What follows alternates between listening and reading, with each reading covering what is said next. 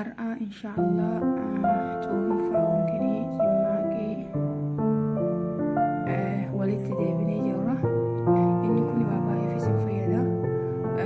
Nama furdachuu barbaadu furdinaafillee baay'ee tokko isin fayyada.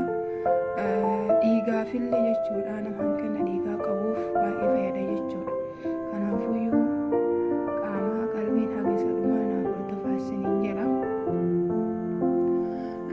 Kuni daalachi argitan kuni maangaadha.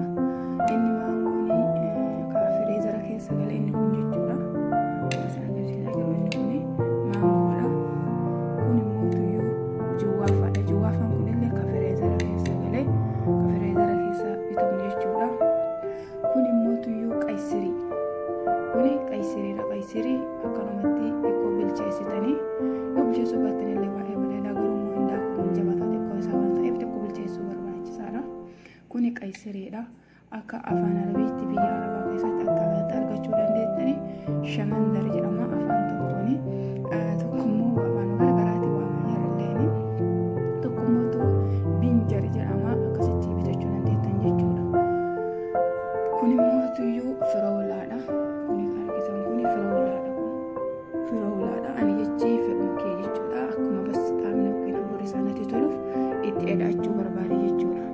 Kun immoo akkuma argitan kuni sukkara. Kuni aanan jechuudha. Aanan burcuqqoo taphaate.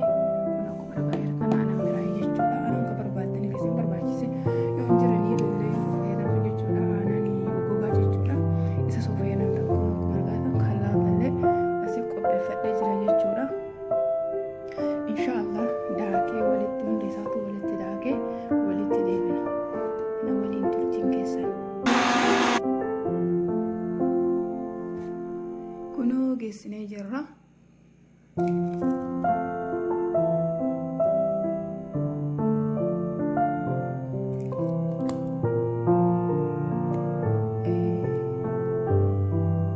Akkanatti jechuudha. Ganama burcuqqoo tokko, galgala burcuqqoo tokko hin dhugan jechuudha. Maashaallah baay'ee tokko viitaaminii bareedaadha. Kanarratti immoo tuyyuu nama furdinaaf barbaadullee furdinaaf illee jechuudha qaama keessaniif isin gargaara.